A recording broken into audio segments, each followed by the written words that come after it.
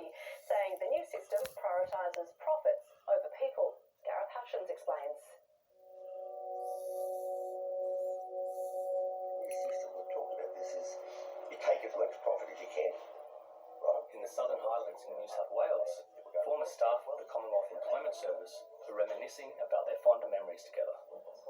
Cheers, the good old days. In the 70s, 80s and 90s, they helped hundreds of Australians find work.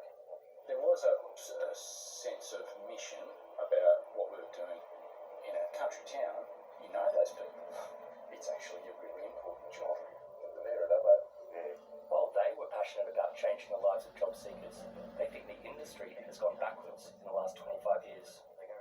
There's no source of on-ground knowledge and information anymore because we had close relationships with local businesses and employers. So we knew where the labour shortages were. Unemployment does not discriminate. After the Second World War, the Chifley government set up the publicly funded Commonwealth Employment Service to eradicate joblessness.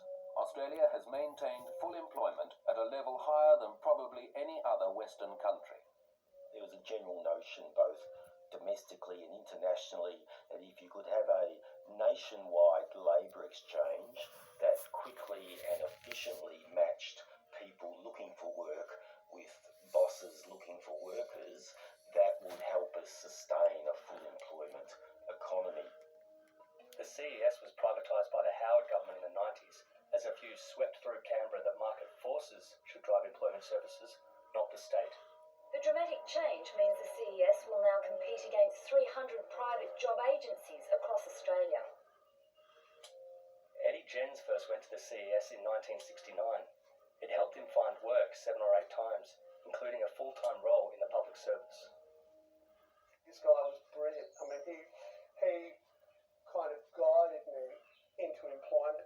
And to be quite honest, everybody that I dealt with at the CES was like that. They were very helpful.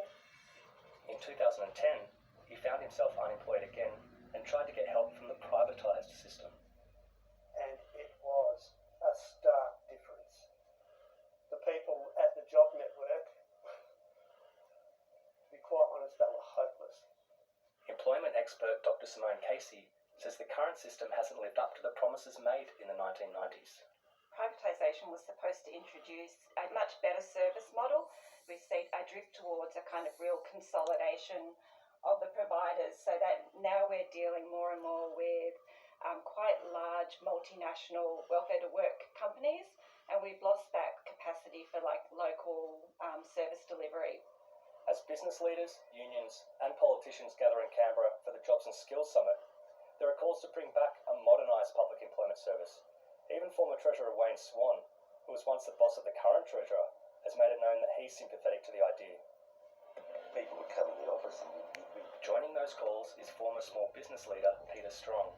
you can't bring back the CES, the world's moved on, but we need something that delivers what it delivered when it comes to the human issues. I understand most of them are still passionate. He says current staff are paid poorly and burn out quickly, while some providers make huge returns. Having people make millions of dollars on the back of the long-term unemployed is not the way you use taxpayers' funds. Just not the way you do it. Putting people before profits. More than 100 delegates are headed for Canberra tomorrow for the Labor government's Jobs and Skills Summit, representing employers, workers and lobby groups. The Prime Minister, Anthony Albanese,